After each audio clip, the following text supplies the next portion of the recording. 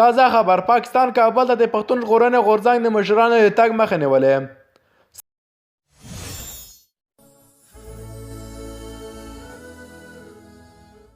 سلامونه ګران دوستانو، بیا هم ویډیو ته په خیر راغلاست. که زموږ چینل هم نه سبسکرایب کړئ چینل ته سبسکرایب کړئ او ویډیو تر اخره پورې وګورئ او ویډیو هم که خوښ سه ویډیو سره لایک کړئ. د پاکستان حکومت د پښتون ژغورنې غورځنګ هغه مشران کابل ته له تګ راګرځولي چې د اشرف غني د لوړې په مراسمو کې د ګډون نه درلود.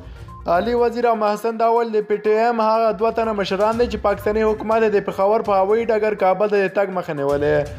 علي وزیر او محسن داول په یو ویډیويي پیغام کې چې په ټولنیزو رسنیو خپور شوی ویلي چې دوی ټکټونه شوي وو، خو پاکستاني حکومت د عمل له پاکستانه د وتلو اجازه نه ده ورکړې چې نومونه په آی سی ایل لیست کې وو.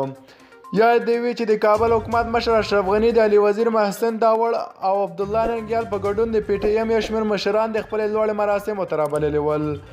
لا هم څرګنده نه ده چې د پښتون ژغورنې غورځنګ نور مشران کابل ته د تګ اجازه ترلاسه کړې یا نه.